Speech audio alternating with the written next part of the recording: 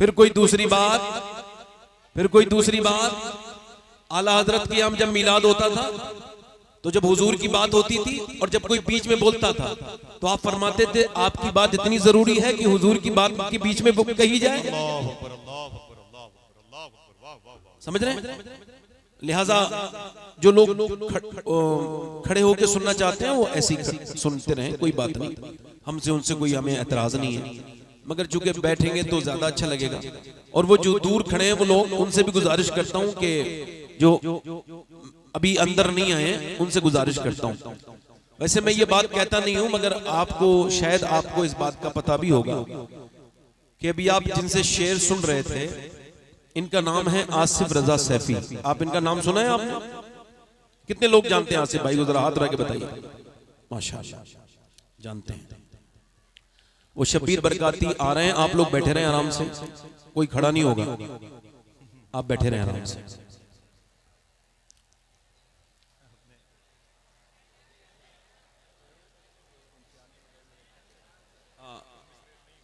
अब पढ़ दूंगा वो, मगर ये है कि ए भाई आप लोग शोर न मचाएं। आप अगर प्रोग्राम आप खराब करना चाहते हैं तो आपकी मर्जी है। नारे तकबीर, माशाअल्लाह, नारे रिसालत, नारे हैदरी, नारे तकबीर। बैठे आप लोग, बैठ जाए, बैठे सब लोग, बैठे रहे मंबर पे आएंगे। नारे तकबीर, सब जोरदार नारा लगाएं। नारे तकबीर, नारे। अंदर आ जाएं सारे लोग, आगे बैठ जाएं, बाकी जगह नहीं मिलेगी बाद में। आगे आ जाएं सब लोग। आने दे मोहसिन भाई लेके आओ। हाँ बड़े अदब और एहतराम के साथ मेहमानों को आने। आ जाओ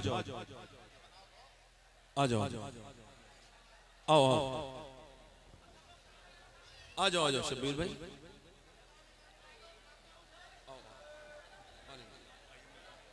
आओ शब्बीर भाई, आओ बैठ जा।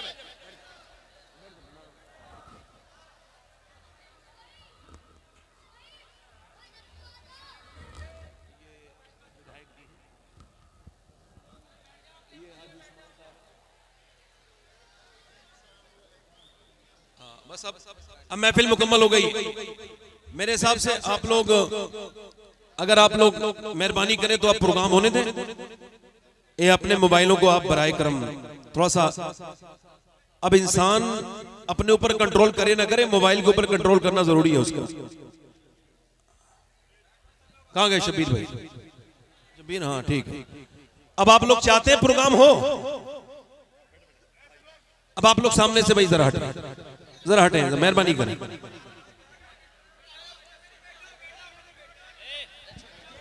हेलो, जितने लोग भी पीछे की साइड देखिए, में खड़े हैं वो मेहरबानी करके बैठ जाएं। ए भाई मैं कर लूंगा, आप परेशान मत होइए।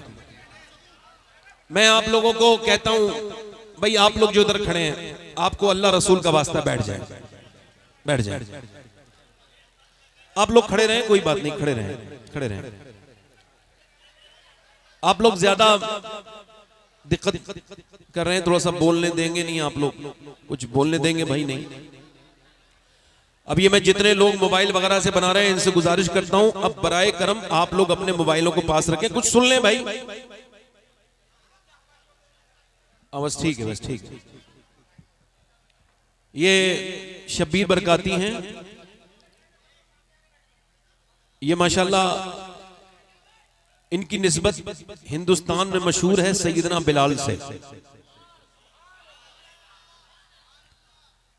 और मैंने इनको, इनकी मकबूलियत की मुझे जो वजह लगी वो यही एक है कि इनको अहले बैत से बहुत मोहब्बत है। और मैंने इनको मदीने शरीफ में सैयदा खातून जन्नत की बारगाह में बेतहाशा रोते हुए देखा है। आप जब इन्हें सुनेंगे तो आपका दिल लगेगा, मैं भी सुनूंगा, मगर आप जरा मुझे सुनाने दें। अब मेहरबानी करें आप लोग। तो आसिफ भाई माशाल्लाह, मैंने शायद जिंदगी में दूसरी मर्तबा तीसरी मर्तबा नाम लिया, मैं लेता नहीं। तो मैं तो देखिए साहब, मैं तो आप सब लोगों का खादिम हूँ, खिदमत करने आया हूँ। खास तौर से मेरे खुसूस में उलमा इकराम का खादिम हूँ। ये बिलारी और करीब के जो उलमा हैं बाबरकत जो तशरीफ रखते हैं माशाल्लाह, थोड़ा सा मिंबर छोटा है इस वजह सबका दीदार आप नहीं कर पा रहे हैं,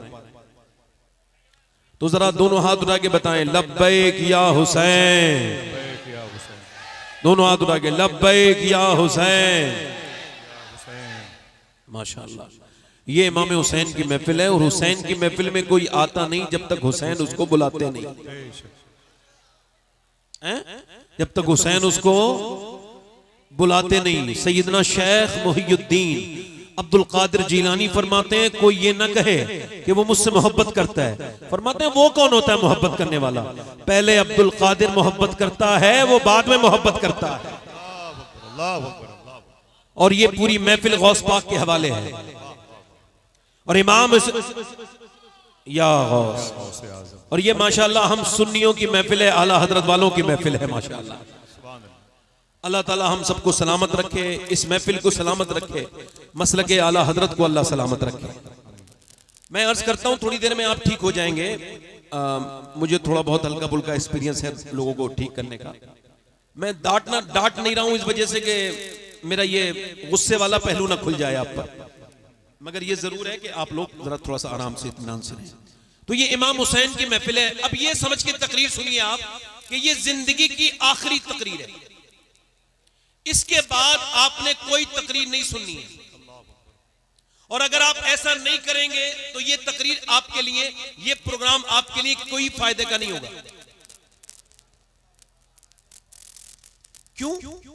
अब मैं आपको बताऊं, इस वजह से कि आदम की औलाद जब तक मौत को याद रखती है गुनाहों से बची रहती है, और जब आदम की औलाद मौत को भूल जाती है तो गुनाह की तरफ चली जाती है। ऐसे कितने लोग हैं जो अपने घर से रोज निकलते हैं मगर मौत किसी को मैसेज नहीं करती, ओटीपी फील करना नहीं पड़ता। ये एक ऐसी महफिल है जो सवाब की भी है और इबरत की भी है। सवाब की इसलिए कि अल्लाह ताला मरहुमा नादिरा परवीन की मग़फ़िरत फरमाए, आमीन, उनके दर्जात बुलंद करे और हमको भी अपनी मौत की फिक्र अता फरमाए। मौत करीब है और ये इमाम हुसैन की महफिल है। मरता वो नहीं है, इकबाल कहता है मौत तजदीद मिज़ाक़े जिंदगी का नाम है। मौत के पर्दे में छुपा बेदारी का एक प्याम है। मौत को समझा है गाफिल इख्तिताम जिंदगी, जिंदगी की शाम है सुबह दवा में जिंदगी। मरता वो नहीं है मियाँ, मरता वो नहीं जिसको मौत आ जाए, मरता वो है जिसके ख्यालात मर जाए, जिसका ईमान मर जाए। वो मारने वाले यजीदी जिनके ईमान मर चुके थे वो जिंदा रहे, मगर अल्लाह ने उनको ऐसी मौत दी कि आज उनका नाम तक कहीं पता नहीं। और वो हुसैन जो शहीद किया गया आज भी लोगों के दिलों में जिंदा है।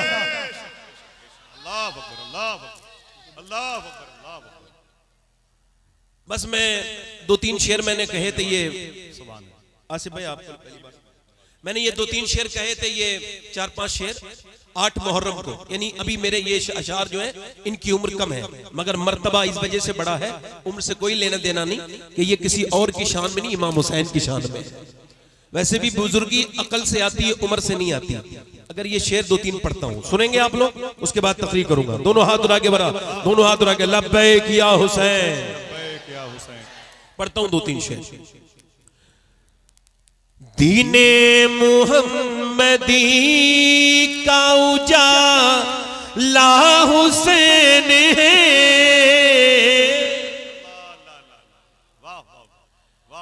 मेरे रसूल पाक का प्यारा हुसैन है, मेरे रसूल पाक का प्यारा हुसैन है।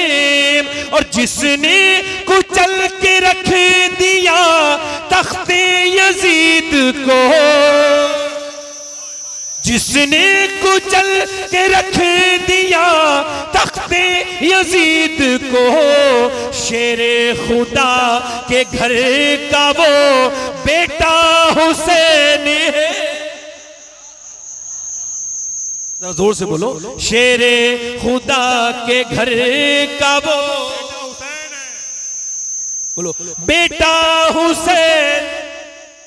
और ये एक शेर और सुन लीजिए, बहुत अच्छा सुन रहे हैं आप लोग, माइक भी बहुत अच्छा बजा रहे हो भैया, बहुत अच्छा बजा। नहीं, लीडों में कमी नहीं, हम लोगों की आवाजों में कमी। आप जरा जोर से बोले सुभान अल्लाह। मेरे साथ पढ़े जरा, इस कलाम का रदीफ है हुसैन है, जरा पढ़े। मेरे रसूल पाक का प्यारा हुसैन, प्यारा हुसैन, और इस दौर के यजीद से सुन्नी को डर नहीं, इस दौर के यजीद से सुन्नी को डर नहीं, क्योंकि हमारे सीनों में जिंदा हुसैन। या हुसैन, या हुसैन, क्योंकि या हुसैन, क्योंकि हमारे सीनों में जिंदा। और यजीद को जो मानते हैं ना, उन्होंने भी कभी अपने बेटे का नाम यजीद नहीं रखा है ना। अब ये शेर समाप्त करें। उसके भी उस यजीद को अपना न कह सके। हाजी उस्मान साहब शेर समाप्त करें। उसके भी उस यजीद को अपना न कह सके, अरे दुनिया ये कह रही है हमारा हुसैन। पढ़ो, दुनिया ये कह रही है हमारा। जिनकी आवाज बुलंद है जरा जोर से बोले, दुनिया ये कह रही है हमारा, दुनिया ये कह रही है हमारा। और शेर अगला, आखिरी शेर सुनिए, अल्लाह करे तो आप समझ जाए। पिटना ही है वो सीना जिसमें नहीं हुसैन। अरे क्या कहना, पिटना ही है वो सीना जिसमें नहीं हुसैन। हम आशिकों के सीनों में आका हुसैन है, हम आशिकों के सीनों में। और ये मक्ता समाप्त करें। खौफे यजीदियत हो शबाहत को किस लिए, खौफे यजीदियत हो शबाहत को किस लिए, दादा है उसके गौस तो नाना हुसैन।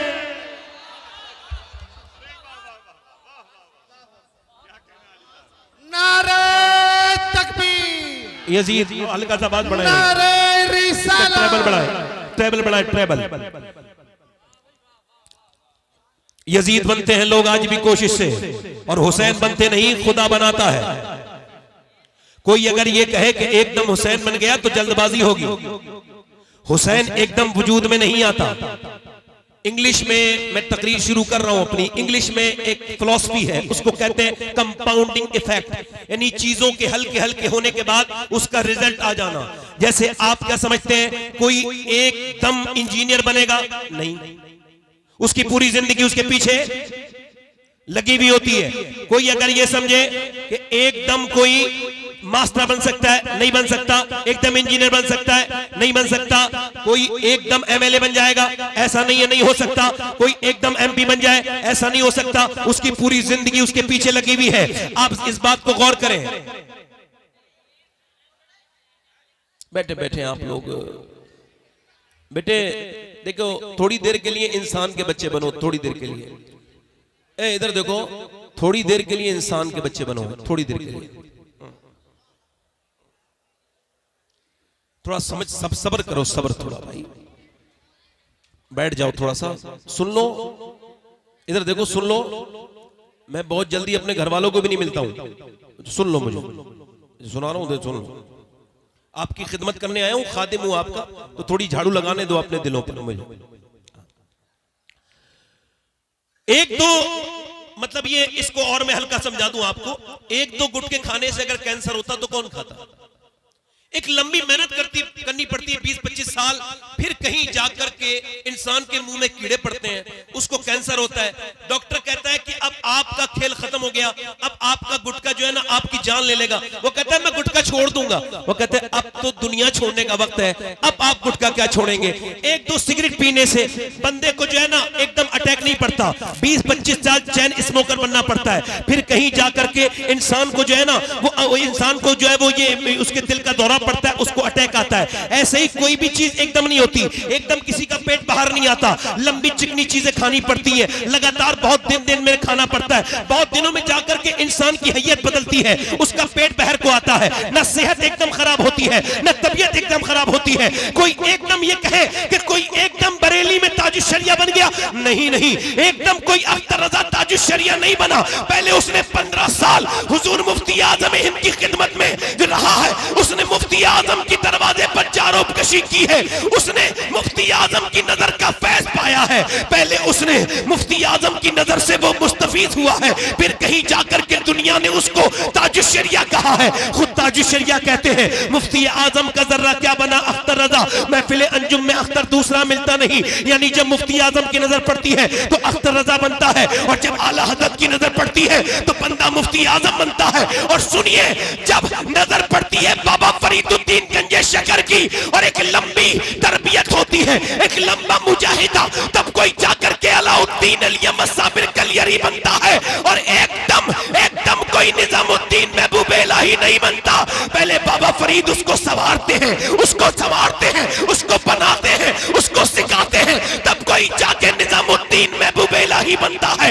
एक नजर पड़ती है जब मोइनुद्दीन की, तब कोई कुतुबुद्दीन बनता है, और जब एक नजर पड़ती है उस्मान हारूनी की, तब कोई मोइनुद्दीन बनता है, और जब कोई नजर डालता है अबू साले तो शेख अब्दुल कादिर बनता है।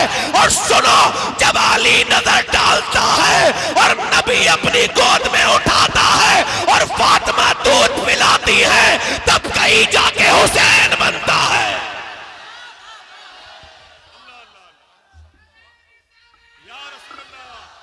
इको कम करें, इको, आवाज बढ़ाएं, आवाज दिल लगा के बोलो सुभान अल्लाह। अब ये नाचने गाने वालों के घर पे बच्चे अच्छे पैदा नहीं होंगे।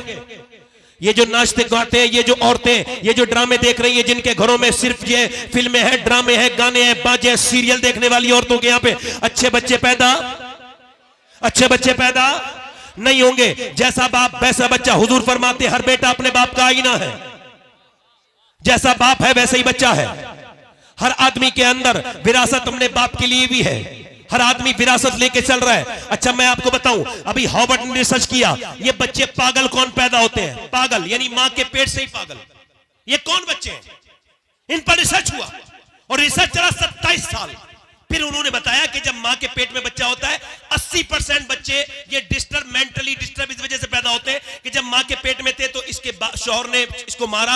अच्छा जब मारा, उस जाहिल को पता नहीं था कि वो बीबी पे जुल्म नहीं कर रहा है, उसके पेट के बच्चे पे जुल्म कर रहा है। अब जब वो बच्चा जो हो गया, वो बच्चा पैदा हुआ पागल। अब चाहे दिल्ली दिखाओ, चाहे बंबई दिखाओ, चाहे यहाँ इलाज कराओ, अब अपने किए का तो कोई इलाज नहीं ना। अब मुझे बताओ आप, जब इंसान अपनी बीबी को मारता तोड़ता है, बच्चे छोटे होते हैं, तो इसको आज साइंस प्रूफ कर रहा है। अच्छा देखो आप जरा गौर करो, शेख अब्दुल कादिर जीलानी की अम्मी जो थी वो हाफिजा थी, तो गौसुल आजम मां के पेट से हाफिज हुए। अब यहूदी ने क्या किया? यहूदी ये करते हैं कि जब औरत के बच्चा पैदा होने वाला होता है, यानी उसको जब उम्मीद होती है, तो वो उसको सिर्फ अगर वो डॉक्टर बनाना चाहते हैं तो डॉक्टरी की किताबें पढ़वाते हैं, उस औरत को डॉक्टरी का माहौल देते हैं। आप समझ रहे हैं मेरी बात को? नहीं, उसको जैसा बच्चे को बनाना होता है। यानी जब औरत प्रेग्नेंट मूवमेंट में डॉक्टर के पास जाती है तो वो उससे कहता है कि अगर तुम ये चाहती हो उसके अंदर ज्यादा आयरन बच्चे के हो तो आप ऐसा करना कि ज्यादा बादाम खाना और ज्यादा सेब खाना। ज्यादा सेब और बादाम खाओगी तो इसके अंदर आयरन बढ़ेगा, बच्चा ताकतवर होगा। अगर विटामिन डी बढ़ाना चाहती हो तो ज्यादातर आप अमरूद खाना, अमरूद खाओगी विटामिन डी बढ़ेगा। अगर तुम ये चाहती हो कि विटामिन सी बढ़े तो संतरा खाना और नींबू खाना, तो तुम्हारे बच्चे के अंदर विटामिन सी बढ़ेगा। अब मुझे बताओ कि जब अल्लाह का बनाया हुआ सेब, संतरा, अनार, अमरूद अगर मां खाए तो बच्चे पे असर हो जाए, तो क्या अल्लाह का कुरान मां पढ़ेगी तो बच्चे पे असर नहीं होगा? वाह वाह अब कॉन्वेंट में आपके बच्चे पढ़ रहे हैं, उसको उनको कॉन्वेंट में अब तो और कुछ किया जा रहा है। हमारी कौम के पास स्कूल कम है, बल्कि है ही नहीं, कुछ मुखैया हजरात हैं। जैसे यहाँ पे एक स्कूल अल्हम्दुलिल्लाह है, मगर अक्सर स्कूलों में क्या हो रहा है, उनको माज़अल्लाह उनको हाथ जोड़ना सिखाया जा रहा है। वहां पर माज़अल्लाह बुतों के सामने बच्चियों को नाचना सिखाया जा रहा है। एक हमारे दोस्त कहते हैं मेरे बच्चे को निकाल दिया स्कूल से। मैंने पूछा क्यों निकाला? कि आपके बच्चे से हमने कहा इस बुत के सामने जरा अपने हाथ जोड़ो, तो उसने बुत के ऊपर थूक दिया, तो हमने उसको निकाल दिया। वो कहते मेरी आंखों में आंसू आ गए। मैंने कहा या अल्लाह तेरा शुक्र है, जो सबसे बड़ी तालीम है मेरा बच्चा वो तालीम हासिल कर चुका। दुनिया की सबसे बड़ी तालीम है अल्लाह के सिवा कोई इबादत के लायक नहीं है। बोलो जरा, बोलो भाई, बोलो जरा जोर से बोलो, पीछे वाले बोलो जरा सुभान अल्लाह, दिल लगा के बोलो, मुस्कुरा के बोलो। अब आप आज से ये थोड़ा ईको कम करेंगे भाई, मेरा आवाज अच्छी नहीं, आपका माइक बहुत अच्छा है, आवाज बढ़ाओ बस, हल्का सा, हाँ हल्का सा ईको बढ़ाओ, हल्का सा, हाँ हाँ बैठे जरा आराम से। आप लोग मुझे पैसे न दे, बैठे। अरे भाई रुक जाओ जरा यार, नहीं कोई बात नहीं, कोई बात नहीं, नेक बच्चा है, नेक लोग ही आते हैं ऐसी जगह। जरा जोर से बोले सुभान अल्लाह। अब आप में कोई बाप है, कोई माँ है, यहां बैठी होंगी, सुन रही होगी मेरी मैंने, कोई माँ भी होगी, कुछ है, कोई माँ है, कोई बनेगी। इसका मतलब ये कि हजरत सैयदा राबिया बसरी के पास जब कोई आता था ना, आसिफ भाई समाज करें, जब आता था ना औरत, वो हामिला होती थी, तो वो उससे कहती थी तुझे खुदा का वास्ता देती हूं, आज के बाद झूठ मत बोलना, तुझको खुदा का वास्ता देती हूं, आज के बाद झूठ मत बोलना, गीबत मत करना। कहा क्यों? कि अगर तूने झूठ बोला तो तेरे इस झूठ का बच्चे पे असर हो जाएगा, पेट के बच्चे पे असर हो जाएगा, और हुजूर के एक उम्मती को गीबत करना तू सिखा देगी। यानी औरतें क्या समझती हैं, उनको यूं ही छोड़ दिया जाएगा। एक बुजुर्ग कहते हैं मैं बैठा था और मेरी मां ने मुझसे कहा नमाज पढ़ने जाओ। मैं 10 साल का हो चुका था, मुझको खबर नहीं थी आज मेरा बर्थडे है। आज ये बर्थडे नहीं मनाए जाते, बर्थडे तो वो कहते वो बर्थडे है मेरा, मुझे नहीं पता मेरा आज बर्थडे है। तो फिर कहते हैं मेरी मां ने मुझसे कहा नमाज पढ़ने जा, फिर मैं नहीं गया, फिर मैंने नमाज पढ़ने, फिर मैं नहीं गया, फिर मेरी मां, मैं इग्नोर कर रहा था, अम्मी रोटी बना रही थी, उनको गुस्सा आ गया, उठी, रोटियां गिराई, जोर से चिमटा मेरे सर पे मारा। कहते हैं मारा चिमटा, मेरे सर से खून निकलने लगा। मैं कांप के बोला अम्मा अब ना मानना, मेरी मां मैं जा रहा हूं नमाज को। मैं नमाज को गया, जब मेरी मां मरने वाली थी मैं रोने लगा। मैंने कहा अम्मा तेरे तुझसे बड़ी मोहब्बत है, मगर दिल में एक बहुत बड़ा दर्द भी है तेरी तरफ से। दुनिया की माएं मोहब्बत करती है, तूने मेरे बचपन में सर फाड़ा था, क्यों, आखिर क्यों मेरी अम्मी? तो मेरी मां रो के बोली मेरे बेटे, मेरी उस नफरत में भी प्यार जो है छुपा हुआ था। का क्या मतलब? का मेरे लाल मुझ पे रोटी बनाना फर्ज नहीं था, तुझे जहन्नम से बचाना और नमाजी बनाना फर्ज था। आप बर्दाश्त करोगे कि आपके बच्चे ये जो स्कूलों में कामयाब हो रहे हैं, और पढ़ाइए स्कूल में, कोई मना नहीं कर रहा हूं, मगर कम से कम नमाजी तो बनाइए। अच्छा आप में कितने लड़के ऐसे होंगे जो वर्जिश करते होंगे, ये जो आर्टिफिशियल बॉडी बनती है जिम में जा करके, इसका कोई फायदा वायदा नहीं होता।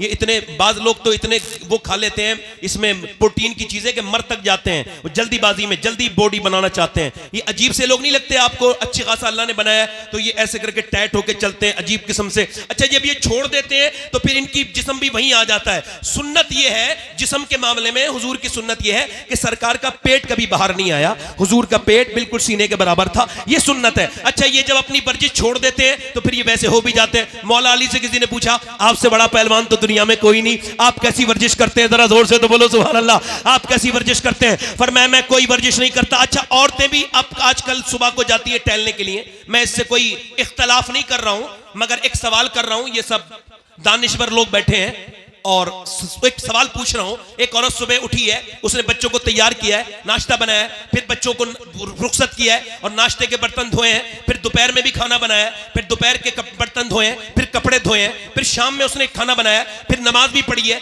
और फिर वो रोटी वो खाना वाना बना के फिर बर्तन उर्तन धो के फिर वो सोई है। तो आप मुझे बताइए अब सुबह को कोई उससे कहेगा मॉर्निंग वॉक पे जाओ, जाएगी? अब जो सिर्फ खा रही है वो जाएगी नहीं जाएगी? उसको तो जाना है। अच्छा फिर जाती है, हमें इससे कोई एतराज नहीं, जाती है जाए, मगर ये जो मेकअप करके जाती हैं, इन बेशर्मों से सवाल है कि सुबह सुबह ये मेकअप का क्या मतलब है?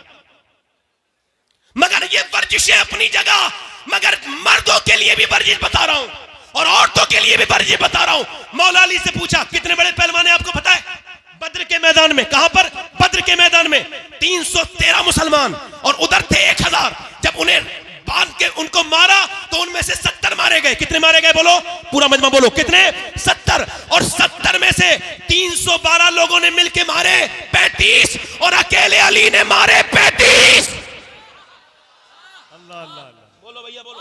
वाह वाह वाह। बोलो। बल्ला कह रहा हूं जलसे में बज़ौक आदमी का काम नहीं है। बज़ौक बंदा ये जो कभी नहीं मुस्कुराता है, जहां जाए माहौल खराब। अगर ये कभी नहीं मुस्कुराने वाला, घर में घुसे बच्चे डर जाते हैं इसे देख के। मैं सही बता रहा हूं, मुस्कुराना सीखे, मुस्कुराने से माहौल अच्छा होता है। जोर से बोले सुभान अल्लाह, दिल लगा के बोले। अब मेरी तरफ देख के गौर करें। अब मौला अली से पूछा गया कौन सी वर्जिश करते हैं? पर मैं कोई वर्जिश नहीं करता। रिवायतों में लिखा है कि मौला अली एक रात में 1000 रकात नमाज नवाफिल पढ़ते थे। बोलो कितने? कितने? 1000। और सैयदा फातिमा एक सजदे के बाद कहती थी मालिक कोई ऐसी रात तो बना दे कि फातिमा दिल खोल के इबादत कर सके। तवज्जो है कि नहीं? मौला अली कहते हैं मेरी शादी हो गई। जोर से बोलो सुभान अल्लाह, जोर से बोलो। जितने लोग अपनी मर्जी से खड़े हैं, जिन पर जोर जबरदस्ती नहीं है, सवाब की नियत से खड़े हैं, वो जरा इमाम हुसैन की वालदा के नाम पे बोले सुभान अल्लाह।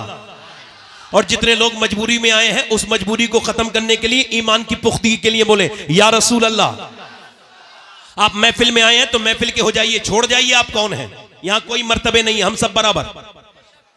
यहां कोई बड़ा नहीं है, कोई छोटा नहीं, हम सब बराबर हैं। और मैं आप सबका खादिम हूं, नौकर हूं, नौकरी कर रहा हूं। सुमाए जोर से बोले सुभान अल्लाह। मौला अली की शादी हो गई। हमारे यहां तो शादी होने में नहीं आती, लंबे खर्चे हो रहे हैं, सब कुछ हो रहा है, शादी होने में नहीं आती। मगर मौला अली कहते मुझसे अबू बकर सिद्दीक ने, बोलो सुभान अल्लाह, उमर फारूक ने, मैं जंगल में बकरी चरा रहा था, कहते मुझसे कहा अली आप ऐसा करें सैयदा को रिश्ता दें, हुजूर की बेटी को। मैंने कहा मेरा तो घर भी नहीं मेरे पास, तो मैं रिश्ता कैसे दूं? तो कहा मेरा, हजरत अबू बकर बोले मेरा दिल करता है अली तेरी शादी फातिमा के साथ होगी।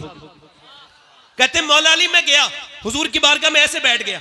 अब आप भी जाया करें रिश्ता लेने तो ऐसे ही बैठा करें। ऐसे बैठ गया, मैंने अर्ज की, हुजूर ने इरशाद फरमाया क्या हुआ अली कैसे आए? कहा हुजूर आपको देखने का दिल करता था तो आ गया हूं।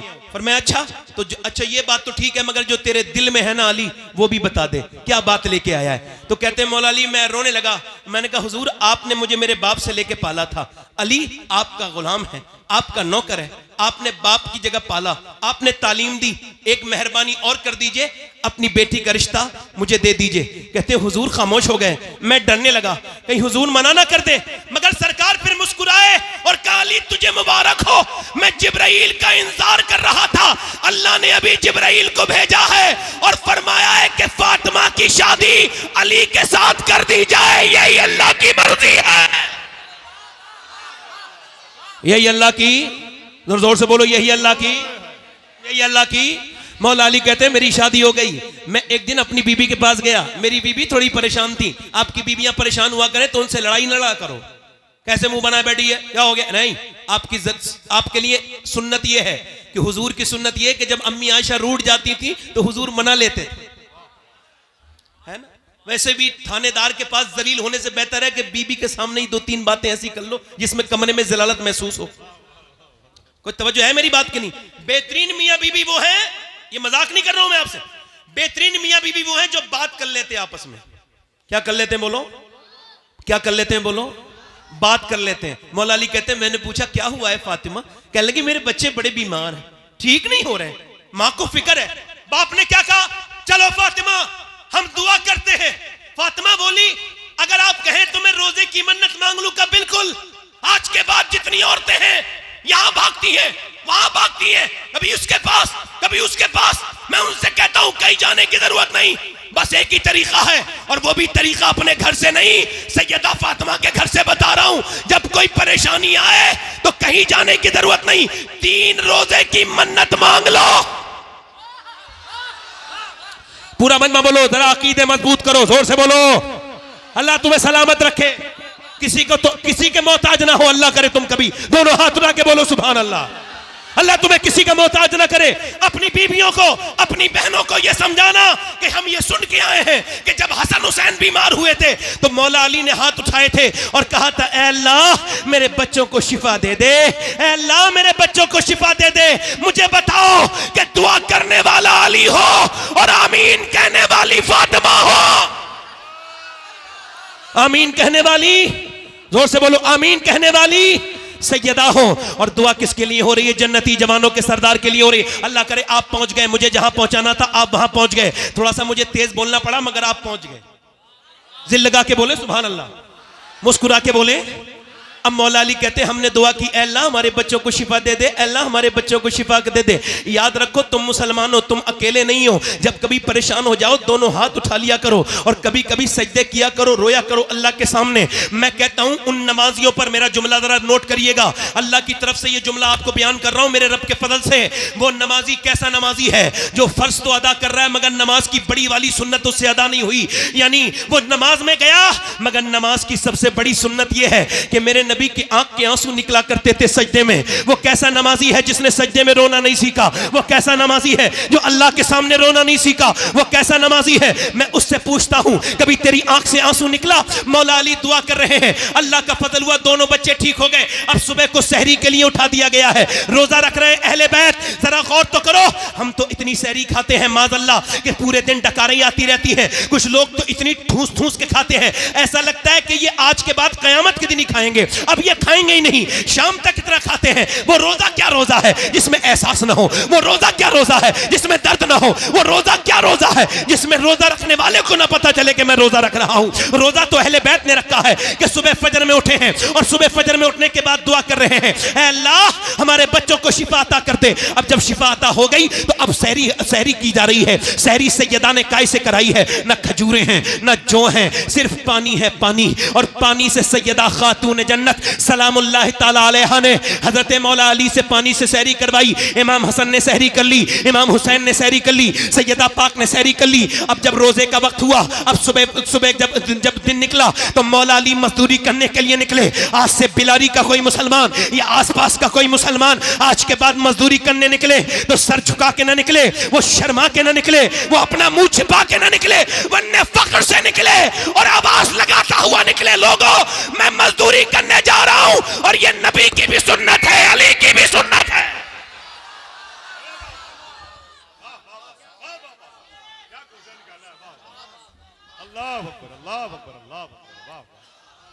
ये अली की भी सुन्नत है। बोलो जल्दी बोलो, मैं जो करबला ले जाना है आपको, करबला ले जाना है। करबला के बाद फिर इंशाल्लाह आप इन्हें सुनेंगे। जोर से बोलो सुभान अल्लाह।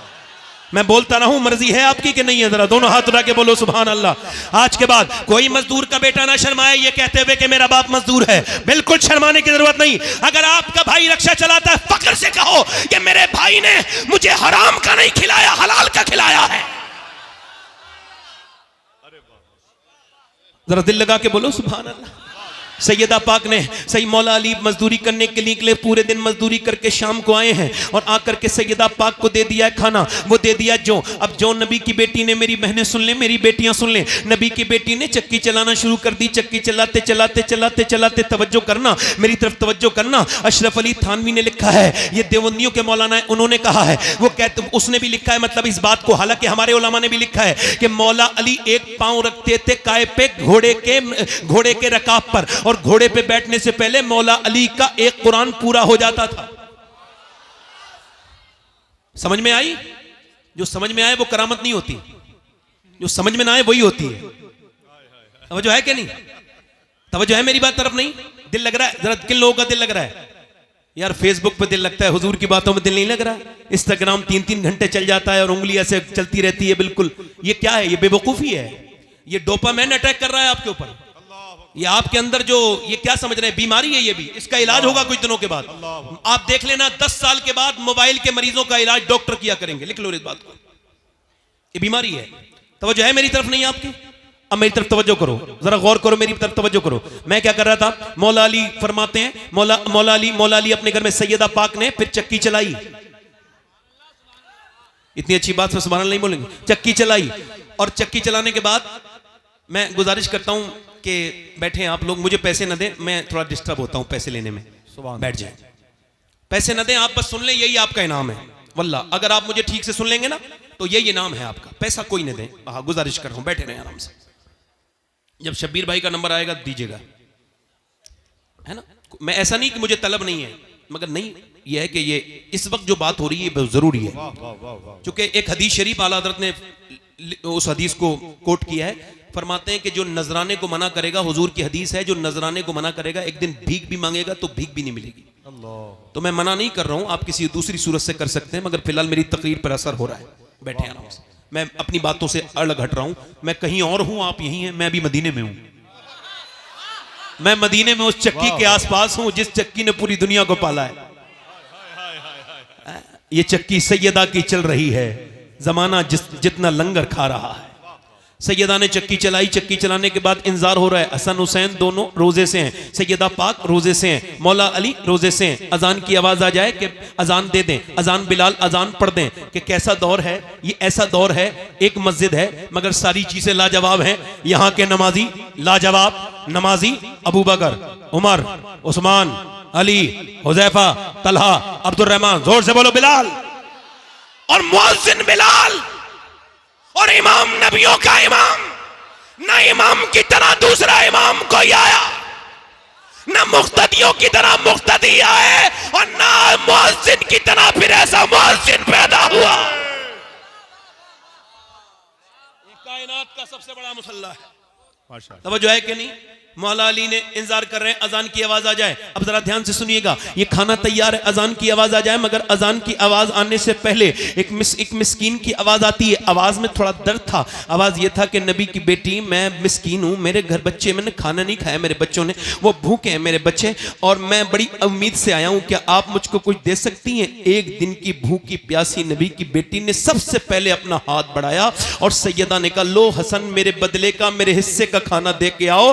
तो हजरत मौला अली बोले, मेरे हिस्से का भी दे के आओ हसन। तो हसनैन दोनों भाई बोले, हम ही क्यों खाएंगे, फिर हम ही तो दे के आएंगे अपने बदले का। दोनों बच्चे भी दे करके आ गए। और ये फिर अब दूसरी रात गुजर गई है अहले बैत पर, और फिर ये दूसरी रात के बाद ये दूसरे दिन की, तीसरे दिन की सुबह हुई है।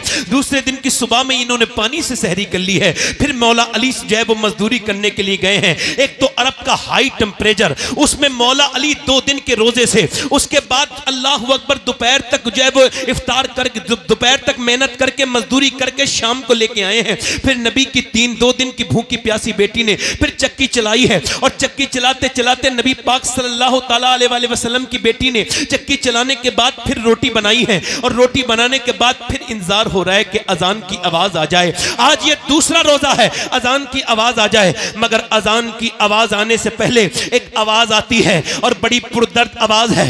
आवाज ये है, मैं एक यतीम हूं और मेरा बाप मर चुका है, 3 दिन हो गए, मेरे घर में कुछ बना नहीं, क्या अहले बैत मुझको कुछ दे सकते हैं, क्या सैयदा के घर से कुछ मिल सकता है। अल्लाह अकबर, क्या खातून जन्नत मुझे कुछ दे सकती हैं। नबी पाक की बेटी ने कहा, लो उस यतीम को दे के आओ। तीनों चारों लोगों ने दे दिया। फिर ये तीसरी दिन रात भी गुजर गई। अब तीसरा दिन भी रोजा, और वो भी किसी खाने से नहीं, बल्कि फिर वो भी पानी से। ओ बेरोजा, और ना रोजा रखने वालों, बगैर रोजे के रहने वालों, क्या जवाब दोगे कल क़यामत के दिन कि तुम्हारे घर में नेमतें भरी हुई थी और अहले बैत के घर में नफली रोजा है। और तीसरा दिन भी पानी से इफ्तार रोजी वो सहरी की गई है। पानी से सहरी करने के बाद मौला अली गए हैं अपने बच्चों को देख करके। बाप गया है मजदूरी करने, और मजदूरी करने बाग में। अच्छा मेरी तरफ देखें, ये एक हदीस अलग से जम कर रहा हूं। ये हदीस मैंने मदीने शरीफ में बैठ के पढ़ी थी, और 21वें रमजान को पढ़ रहा था, तो मेरे सामने हुजूर का गुंबद था। यानी जब मैं हदीस पढ़ रहा था तो वो मदीने वाला भी गुंबद मेरे सामने था। उस हदीस का असर मेरे दिल पर जो हुआ है, उसको आज तक मैं कभी खत्म नहीं कर पाऊंगा। वो अजीब सा असर था कि मौला अली कहते हैं, मैं 15 दिन के बाद अपने घर आया। कितने दिन के बाद बोलो? 15 दिन के बाद। और कहते हैं, जब मेरी बीबी ने दरवाजा खोला तो मुस्कुरा के सलाम कर दिया। ये से वाले मियां तावीज दे देंगे तो मेरा घर अच्छा हो जाएगा। इन औरतों को कोई समझाए, ये से वाले मियां तावीज दे देंगे तो मेरा शौहर मुट्ठी में आ जाएगा। और काम मुट्ठी से बाहर फेंकने के कर रही हैं। आदमी जब आता है तो मुंह बना के बैठ जाती हैं। ये दुनिया की मनहूस औरतों की पहचान है कि दूसरों के सामने मुस्कुराएंगी, अपने मर्दों के सामने नहीं मुस्कुराएंगी। ये जलील किस्म की औरत की पहचान है कि दूसरे औरत को तो मुंह बना के दिखाएंगी, अपने चेहरे पे चाहे वो अपने चेहरे पे मेकअप करके दिखाएंगी। दिखाएंगी। इनसे पूछो मेकअप करने वाला तो घर बैठा है, उसके लिए तो मेकअप नहीं किया। ये जो शादी में मेकअप करके जा रही हो, आपको शर्म नहीं आई कि आपकी नियत दूसरों को दिखाने की है, दुनिया के गंदे लड़कों को दिखाने की है? अरे शर्म नहीं आई? तेरे हर कदम पे तुझ पे लानत है। आला हजरत फरमाते हैं जब औरत बेपर्दा होकर घर से निकले, हर कदम पर उस पर लानत अल्लाह के फरिश्ते भेजते हैं। मगर जब वही औरत अपने शौहर को दिखाने के लिए मेकअप करे और अगर उसका आदमी उसको देख के खुश हो जाए तो अल्लाह एक सदके का सवाब अता फरमाता है, एक सदके का सवाब अता फरमाता है। कोई जरूरत नहीं वो तावीज देने वालों के पास जाने की, कोई जरूरत नहीं। एक ही तरीका है जब शौहर को अगर मनाना है, और ये सुन्नते फातिमा है कि जब तेरा शौहर घर में आए तो मुस्कुरा के सलाम कर दे, इंशाअल्लाह बरकतें घर में रहे। वाह वाह वाह वाह वाह, बरकतें बरकतें बरकतें। नहीं नहीं नहीं, पानी नहीं, पानी नहीं, जोर से बोले सुभान अल्लाह। पानी आपकी मोहब्बत, मुस्कुरा के बोले, वाह वाह, मुस्कुरा के बोले। मौला अली कहते हैं मेरी बीवी ने मुस्कुरा के मुझे सलाम कर दिया। क्या बेहतरीन तरीका है। देखे तो वसीम बरेलवी ने कहा था थके हारे परिंदे जब बसेरे को लौटे, तो सलीकेमंद शाकों का लचक जाना जरूरी है। जब शौहर आए तो औरत को अच्छा माहौल देना चाहिए, घर बना रहेगा। किसी की पंचायत की जरूरत नहीं, वरना सारी दुनिया से पंचायत कराओ, कोई फायदा नहीं है। मगर सुनिए, सैयदा फातिमा ने मुस्कुरा के, हजरत अली बोले मुझे भूख लगी है, पानी पेश किया। ये तरीका है, कुछ ना हो तो पानी दे दो। तो उन्होंने पानी पे, कब भूख लगी है? कहते मौलाना 3 बार आवाज दी ना, आवाज नहीं आई। 4थी बार मैंने कहा सैयदा, अंदर से रोने की आवाज आई। मैं अंदर गया ना तो दोनों आलम के मालिक को मुख्तार की बेटी बैठी भी रो रही है, जिसकी आंखें हुजूर की तरह, जिसके होंठ हुजूर की तरह, जो मुस्कुराए तो नबी की तरह लगे, जो उठे तो नबी की तरह लगे।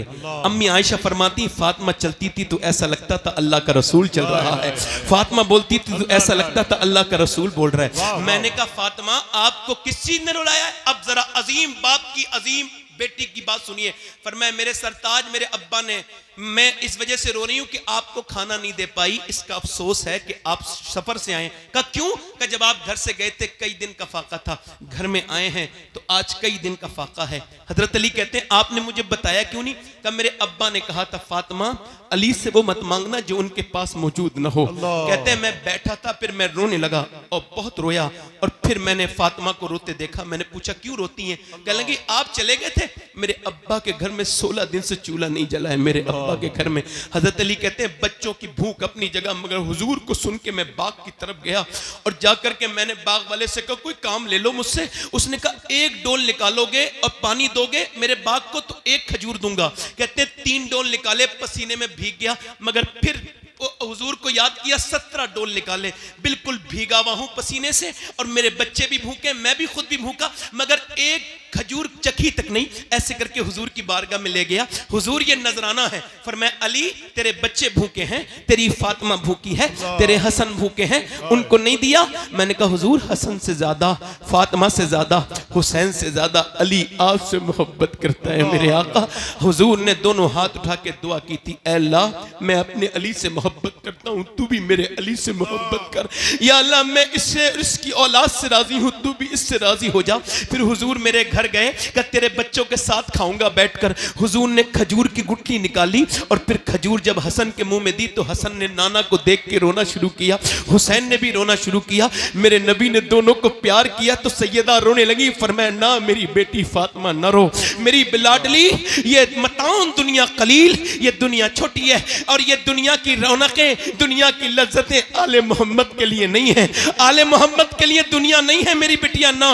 हजरत अली कहते हैं मैं तीसरे दिन अपने घर आया और मेरी बीबी ने फिर 3 दिन की रोजे की बीबी ने रोजेदार रोजे के साथ मेरी बीबी ने चक्की चलाई, और चक्की चलाने के बाद मेरी बीबी ने 3 दिन का रोजा रखने के बाद फिर चक्की चलाई कि नीचे को जो है वो खाना रख दिया। अब अजान की आवाज आ जाए, मगर अजान की आवाज नहीं आई, एक कैदी की आवाज आई, वो भी गैर मुस्लिम मुस्लिम की, एक असीर की आवाज आई। उसने कहा मैं एक गैर मुस्लिम हूं, मुझे मदीने में किसी ने खाना नहीं दिया और सबने मुझे डांट दिया, भगा दिया। मैं कैदी हूं, क्या नबी की बेटी मुझको कुछ दे सकती है? मैंने सुना है जिसे कहीं से कुछ नहीं मिलता वो फातिमा के घर से कभी खाली नहीं जाता है, क्या आप कुछ दे देंगी? सैयदा ने खाना उठाया, हसन ने उठाया, दे दिया। जब अजान हुई मस्जिद में गए ना तो दोनों बच्चे कांपते थे भूख की वजह से, चेहरा बिल्कुल पीला था। मेरे नबी ने दोनों बच्चों को प्यार किया और कहा अली तेरी सखावत अल्लाह ने पसंद कर ली है।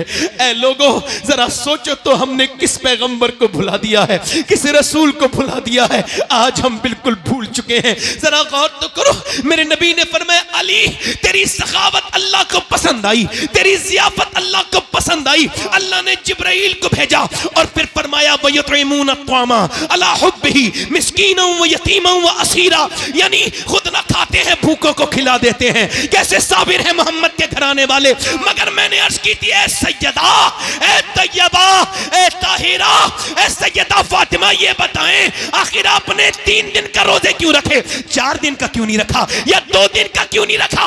आवाज आई मेरा पैगाम यजीद के लिए था मदीने से, ओ यजीद तू मेरे बेटे हुसैन को डरा नहीं पाएगा, ना 3 दिन की भूख से, ना 3 दिन की प्यास से, क्योंकि फातिमा ने ट्रेनिंग मदीने में करा के भेजा है। अल्लाह अकबर, अल्लाह अकबर, अल्लाह अकबर, अल्लाह अकबर, अल्लाह अकबर। वाह वाह वाह। नारे तकबीर, दोनों हाथ उठा के नारे तकबीर, आपको नारे रिसालत। आपको ये माहौल कैसा लग रहा है? बोलो।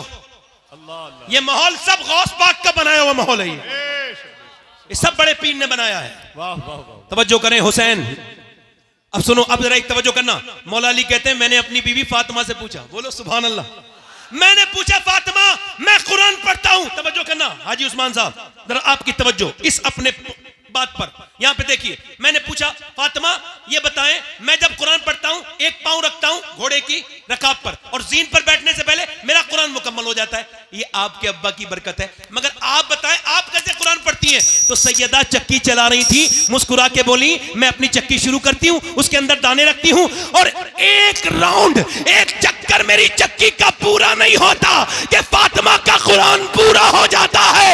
अरे जब बाप ऐसा कुरान पढ़े और माँ ऐसा कुरान पढ़े तो बेटा अगर नेज़े पे चढ़ के कुरान पढ़े तो हैरत की बात क्या है? अल्लाह अल्लाह अकबर, अल्लाह अकबर, अल्लाह। यजीद बनते हैं लोग आज भी कोशिश से, हुसैन बनते नहीं, खुदा बनाता है। अच्छा एक चीज है तकदीर, क्या है बोलो? तकदीर को ना मानना कुफ्र, तकदीर को मानना ही पड़ेगा और मैं आपसे मनवा भी लूंगा अभी यहीं बैठ के। जो तकदीर को ना मानने वाला है मेरी 2 मिनट की बात सुने, 2 मिनट में भी नहीं। किसी ने अपने बाप को अपने आप इंतखाब किया? बताओ। अरे कोई अपनी मर्जी से अपना बाप चुनता है? चुनता है? अगर ऐसा होता तो लोग बिल गेट्स के घर पैदा होते, अडानी अंबानी के घर बच्चे पैदा होते, गरीबों के घर बच्चे पैदा नहीं होते। कोई अपनी मर्जी से अपना बाप, अपनी माँ, बोलो बोलो, अपनी माँ, अपनी बहन, अपना भाई, अपना नाना, अपनी नानी, और किसी का नाना ठीक है तो नानी ठीक नहीं, किसी का दादा ठीक है तो दादी ठीक नहीं, किसी का बाप ठीक है तो माँ ठीक नहीं, किसी की माँ ठीक है तो भाई ठीक नहीं, किसी का भाई ठीक है तो बहन ठीक नहीं, किसी को अल्लाह ने बहन से नवाजा अच्छी बहन है तो उसके भाई अच्छे नहीं है। मगर पूरी दुनिया में एक हस्ती ऐसी है हुसैन इब्ने अली की, जिसे जिधर से देखो लाजवाब है। अल्लाह ने उसे भाई हसन मुश्तबा दिया, बहन ज़ैनब कुबरा दी, उसको माँ सैयदा फातिमा जो सारी जन्नती औरतों की सरदारा है, उसका बाप अली जो सारे वलियों का सरदार है, उसकी नानी खदीजा जो सारी उम्महातुल मोमिनीन की सरदारा है, और उसका नाना सारे नबियों का सरदार है। अफजल है कुल जहां में घराना हुसैन का, पूरा मजमा हाथ उठा के, अफजल है कुल जहां में घराना हुसैन का, अरे नबियों का ताजदार है नाना। अल्लाह अकबर, अल्लाह अकबर, अल्लाह अकबर, वाह वाह वाह, सुभान अल्लाह, सुभान अल्लाह, सुभान अल्लाह। मुस्कुरा के बोलो, वाह वाह वाह। मुस्कुरा के बोलो। अब जरा करबला में आते हैं। करबला क्या है? हक और बातिल की लड़ाई। करबला काई की लड़ाई है? हक झूठ और सच की लड़ाई। यजीद और हुसैन की लड़ाई नहीं है, इस्लाम और गुमराही की लड़ाई है। हुसैन अगर ना शहीद होता तो आज घर घर यजीद होता। तवज्जो है क्या नहीं? वाह वाह हुसैन कौन है? हुसैन कौन है? अच्छा, आप ये पसंद करोगे आपका इमाम किसी शराबी के पास बैठे? ना ना ना ना आप पसंद करोगे आपका इमाम किसी जुआरी के पास बैठे? ना ना यार जब आपका इमाम, आप पसंद करोगे उसके हाथ में बैत होना जो शराबी के घर खाना खाता है? आप उसके हाथ में बैत दे सकते हो? अरे ऐसा पीर पसंद करोगे जो किसी बेनमाजी के साथ रहता हो? नहीं ना। अरे तो हुसैन तो पीरों का भी पीर है और इमामों का भी इमाम है। यजीद के हाथ में कैसे हाथ दे देते? नहीं दिया हाथ, छोड़ दिया मदीना, छोड़ दिया, बोलो छोड़ दिया। जब ज्यादा दबाव बढ़ा तो आपने फरमाया मैं मदीना छोड़ रहा हूं, इस वजह से मैं नहीं चाहता मेरे नाना के मदीने में लड़ाई हो। तवज्जो करो जरा मेरी तरफ देखो, ये मदीने सेल्फी वाले लोग जो जाते हैं ये कोई जाते वाते नहीं है, ये तो सेल्फी निकालने जाते हैं। ये तो वहां वही करते रहते हैं, इधर से लाइव उधर से लाइव। कभी अपने गुनाह भी लाइव करना बेटे, इतनी नेकियां लाइव करता है, कभी गुनाह भी लाइव करना अपने। गुनाह छुपाता है, नेकियां लाइव करता है। नेकियां तो छुपाने की होती हैं। वहां मदीने में खड़ा है और कह रहा है एक लाइक दे दो, और वो भी हिंदुस्तानी लोगों से। पागल है, मदीने गया ही क्यों था? यहीं पे लाइक मांग लेता, मैं मदीने में हूं एक लाइक कर दो। और पागल एक बार मदीने वाले से कह देता या रसूल अल्लाह एक बार लाइक कर दो मेरे नबी। वाह वाह और तवज्जो है कि नहीं? हाँ, सैयद के खुलने में देर लगती है मगर खुलता है तो फिर खुलता है। जोर से बोलो सुभान अल्लाह, दिल लगा के बोलो। अब जरा गौर करो, मदीना छोड़ दिया। वैसे मैं अपनी बात कर रहा हूं, मैंने हिंदुस्तान के कई शहरों में रहा भी हूं, 10-10 दिन तकरीर की है, बड़े बड़े शहरों में, और भी जगह गया हूं, दुनिया के और भी 1-2 मुल्कों में गया हूं, मगर मुझे आज तक कोई शहर पसंद नहीं आया। ऐसा नहीं लगा मुझे कि मुझे वहां की याद आई हो। मगर 2017 में गया था पहली बार हज करने, अब कई हर साल जाता हूं अल्हम्दुलिल्लाह, अल्लाह का शुक्र है। मगर मैं आपको कसम खा के बता रहा हूं, आज तक कोई ऐसा दिन नहीं गुजरा 6 साल में जो मुझे मदीना याद ना आया हो। खुदा की कसम खाता हूं, वाह वाह। मेरे जैसे गुनहगार इंसान को। और ऐसे आला हजरत की नजर से देखो मदीना, कभी देखो आला हजरत की नजर से। मुझे खुदा की कसम, इतना हिंदुस्तान में बरेली में जब जाता हूं तो आला हजरत के होने का एहसास होता है, मगर इतना नहीं होता जितना मदीने में मुझे आला हजरत का एहसास होता है। चूंकि आला हजरत को जहां जाओ, आला हजरत कहा कैसे पढ़ोगे, कैसे जाओगे हुजूर की बारगाह में? ऐसे ही जाओगे कि मुजरिम बुलाए आए हैं, जाऊ का है गवाह, फिर रद हो कभी ये शान करीमों के घर की है। सरकार हम गवारों में तर्जे अदब कहां, हमको तो बस तमीज यही भीख भर की है। मांगेंगे मांगे जाएंगे, मुंह मांगी पाएंगे। दुनिया के पैसे वालों, ये पैसा तुम्हारे काम नहीं आएगा। देखो एक बार मदीना, एक बार देखो मेरे हुजूर का मदीना, एक बार काबे की बहारें देख लो। ए नौजवानों, मोबाइल ना बदलो, आसान है मदीना देख लो, हुजूर की बारगाह की हाजिरी कर लो। मेरा इमाम ऐसा है कि अगर उसको बरेली में ढूंढो तो नहीं मिलेगा। कहां मिलेगा? फरमाते हमें रजा तेरे दिल का पता चला व मुश्किल दरे रोजा के मुकाबिल वो हमें नजर तो आया। यानी मदीना इंसान का छोड़ना बड़ा मुश्किल है, मगर जब मैंने मदीना छोड़ा, जब हाजी ने मदीना छोड़ा, जब आम आदमी ने मदीना छोड़ा तो दिल फट गया। वो एयरपोर्ट तक रोता हुआ आया, और जब मदीना याद आता है तभी बैठ के रो लेता है। मगर बताओ वो हुसैन कैसा मदीना छोड़ा होगा, कैसे मेरे हुसैन ने मदीना छोड़ा होगा, जिसने बचपन में आंखें वहीं खोली हैं, जो कभी अपने नाना के कांधों पर बैठा है, कभी नाना की जुबान चूस रहा है, कभी नाना के कांधों पर बैठा है। कौन? हसन हुसैन। कोई समझेगा हसन हुसैन को? हजरत उमर फारूक आजम इमाम हसन इमाम हुसैन को देखने रोज आते हैं हुजूर के विसाल के बाद। मौला अली ने कहा पहले तो नहीं आते थे हुजूर के जमाने में, उमर अब इतना मेरे बच्चों को क्यों देखने आते हैं? उमर रो के बोले तेरे बच्चों की चेहरा अली बिल्कुल मेरे नबी की तरह है, इनको देख लेता हूं तो बिल्कुल नबी याद आ जाते हैं, नबी की तशनगी कम हो जाती है। मेरे बरेली का इमाम बोला मादूम न था शाये साहे सकलैन, उस नूर की जलवागाह थी जाते हसनैन, और तमसील ने उस नूर के दो हिस्से कर दिए, आधे से बने हसन आधे से हुसैन। हुसैन ने मदीना छोड़ दिया, कैसे दिल से मदीना छोड़ा? मक्के आ गए, मक्के में खुतूत आए, मक्के को भी छोड़ दिया, मक्के से आप जो है वो कूफे की तरफ जा रहे थे, एक शहर बीच में मिला, उसने कहा हुसैन ना जाओ, तुम्हारा भाई मुस्लिम बिन अकील हमने देखा है, उसको कत्ल कर दिया गया, उसको धोखा दे दिया गया, कूफियों ने धोखा दे दिया। इमाम ने फरमाया मेरे भाई को तूने कहां देखा?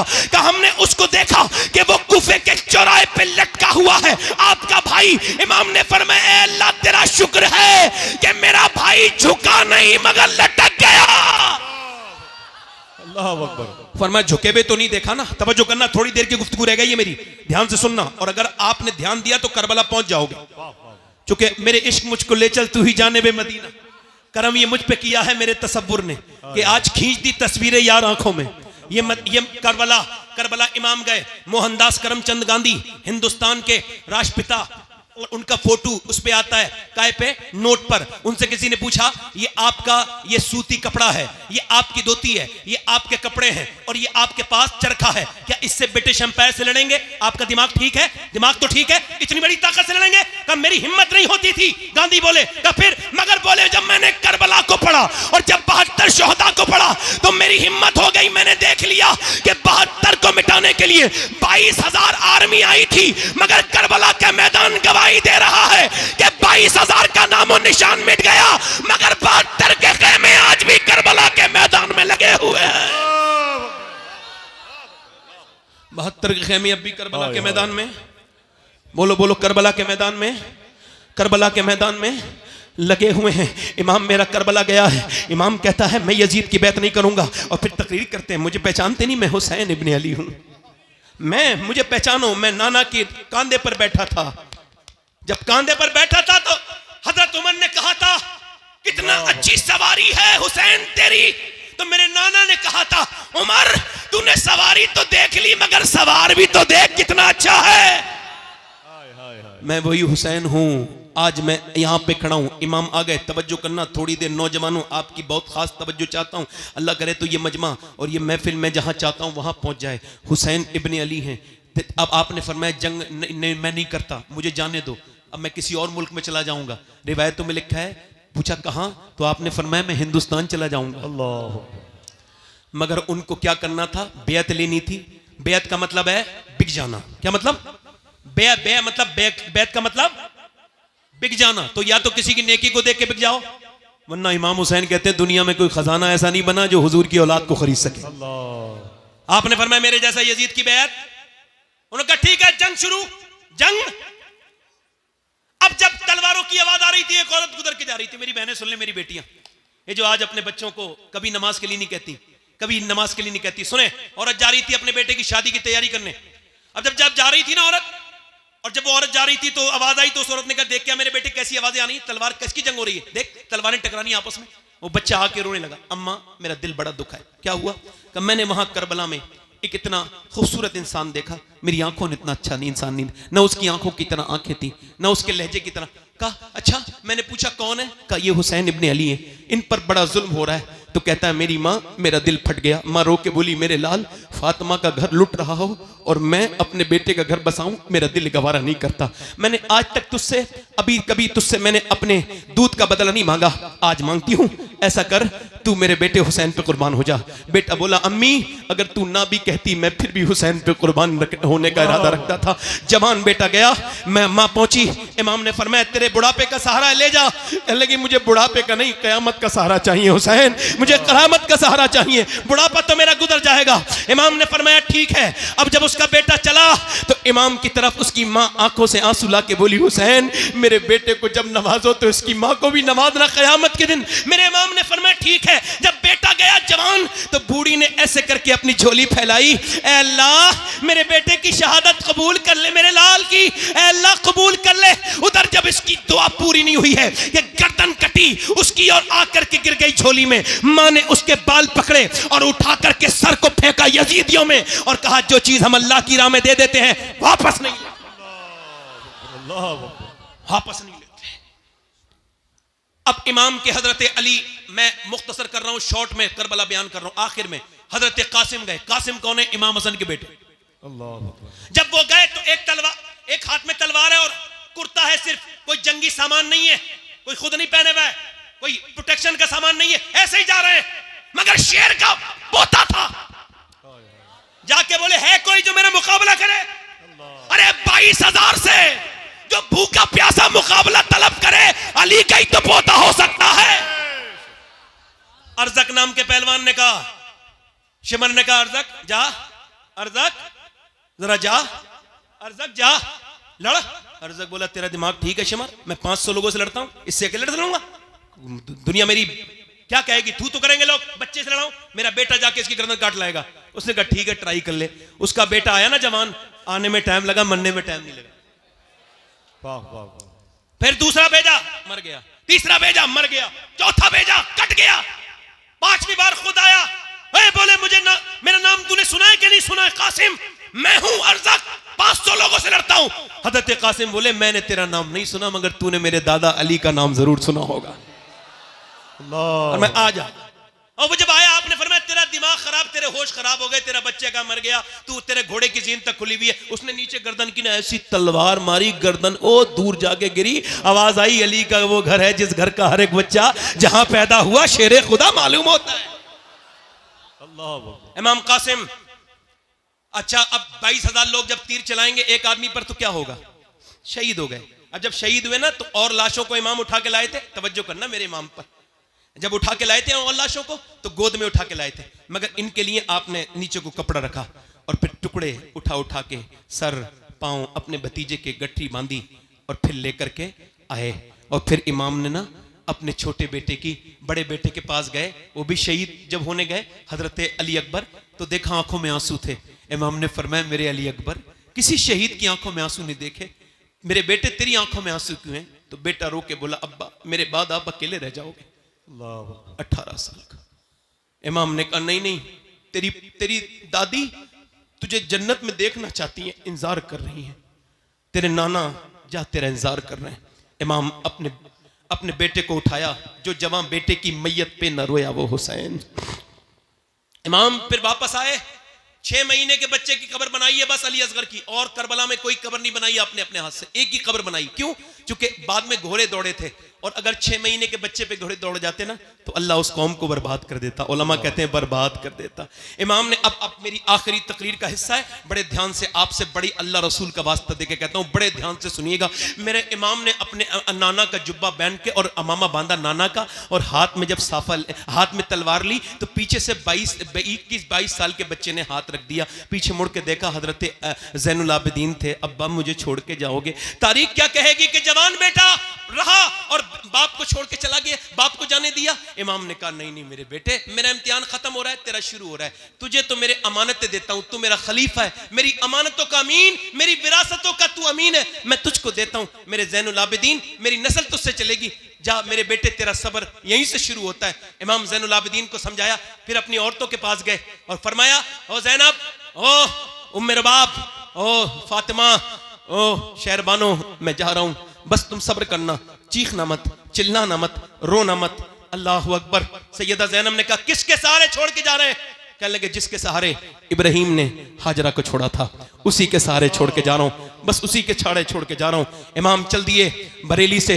हुजूर आला हजरत के भाई अल्लामा हसन कहते हैं अल्लाह अकबर, हूरे करती हैं उरूसाने शहादत का सिंगार, खूबरू दूल्हा बना है हर जवान अहले बैत, और फातिमा के लाडले का आखिरी दीदार है। हश्र का हंगामा बरपा है मियाने अहले बैत। इमाम को आखिरी बार उनके घर की औरत देख रही हैं, अपना सौदा बेचकर बाजार सूना कर गए।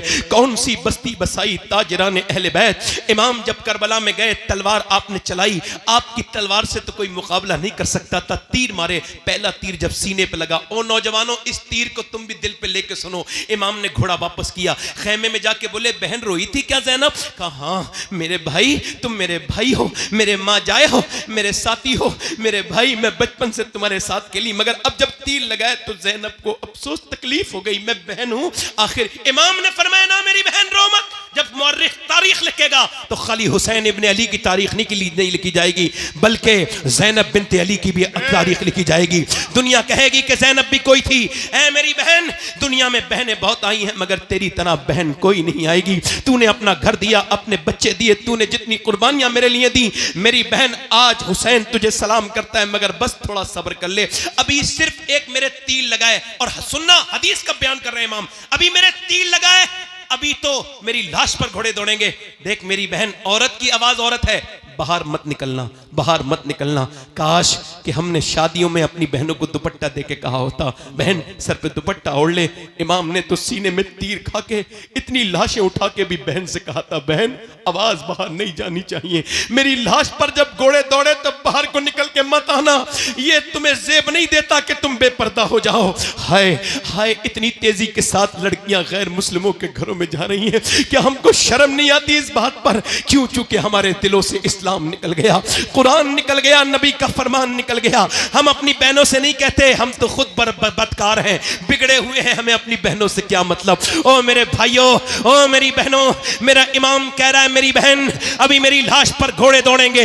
मेरा इमाम गया है फिर मैदान में, मगर तलवार वाली जंग उन्होंने खत्म कर दी। 10,000 तीर जब एक साथ एक आदमी की तरफ आए तो बताओ कहां कहां तीर लगे होंगे? कोई ऐसी जगह नहीं थी, सीने में तीर लगा, इमाम के निकाल दिया। निकाल ही रहे थे कि आकर के माथे पे लगा है, और जब माथे पे लगा उसको निकाल रहे हैं तो फिर नेज़े लगे, और इतने जख्म के कोई जिस्म का हिस्सा ऐसा नहीं है जो इमाम हुसैन के जिस्म पे जहां जख्म नहीं आया है। पूरे जिस्म पे तीर ही तीर लगे हुए। इमाम अब शहादत के करीब हैं, आपकी हाथ की जो पकड़ है वो कमजोर होती चली जा रही है, और आप घोड़े से नीचे तशरीफ ला रहे हैं। और जब नीचे तशरीफ लाए हैं तो मुअर्रिख ने लिखा है कि इमाम लबों को हिला के कुछ कह रहे थे। किसको याद कर रहे थे? अपनी सकीना बेटी को, वो जो 6 साल की रही है? नहीं नहीं नहीं। अपनी बहन ज़ैनब को? नहीं नहीं नहीं। अपने बेटे अली अकबर को? नहीं नहीं। अपने ज़ैनुल आबिदीन को? नहीं नहीं। अपने नाना को? नहीं नहीं। अपनी अम्मी फातिमा को? नहीं नहीं। का फिर किसको याद करते थे? का हुसैन जब घोड़े से नीचे आते थे जख्मों से चूर चूर, तो इमाम कहते थे घोड़े से गिरते गिरते, अल्लाह मेरे नाना की गुनहगार उम्मत को बख्श दे, अल्लाह मेरे नाना की गुनहगार उम्मत को बख्श दे। इतने जख्मों के बाद हुसैन ने क्या कहा है? अल्लाह मेरे नाना की उम्मत को बख्श दे। आज ये उम्मत कहाँ खड़ी है? ये उम्मत बर्बादी की तरफ जा रही है। ये नौजवान लड़के, इनकी तन्हाइयां बर्बाद है। ये नौजवान क्या कहेंगे? मेरा इमाम फिर नीचे आया है, और आने के बाद नमाज पढ़ चुके थे, सजदा करने गया है, शमशीर बकफ कातिल हो खड़ा, और कोई रहे सजदे में पड़ा। कहती है ज़मीने करबला इस शान का सजदा खेल नहीं। मेरे इमाम ने सजदे में सर रख दिया है, सजदे में सर रखता है मेरा इमाम, और जब कहता है अल्लाह की हमद बयान करता है तो फरिश्तों से अल्लाह कहता है तुम कहते थे कि तुम काफी हो सजदों के लिए, बताओ क्या तुम ऐसा सजदा कर सकते हो जैसा हुसैन ने किया है? जो मैं जानता हूं वो तुम नहीं जानते फरिश्तों। एक बाप जब अपने बेटे को दफनाता है तो उसका दिल को क्या गुजरती है, तुम फरिश्ते हो, तुमको क्या पता कि एक बेटे को दफन करने के बाद सजदा करना कैसा सजदा है। अपनी बेटियों बहनों की प्यास के बाद सजदा करना कैसा सजदा है। ऐसा दुनिया में सजदा नहीं हुआ कि सर सजदे में है, ऊपर से खंजर चल रहा है। और ये कौन सी गर्दन है? ये वही गर्दन है जिसे मेरे नबी चूमा करते थे, ये वही गर्दन है। आज ऊपर से खंजर चल रहा है। शाह अल्लाहु अकबर। उस आखिरी नमाज का आलम न पूछिए। इस्लाम जिंदा कर गया सजदा हुसैन का। सजदे तो सबने किए मगर हुसैन तेरा अलग अंदाज है, तूने वो सजदा किया जिस पे खुदा को नाज है।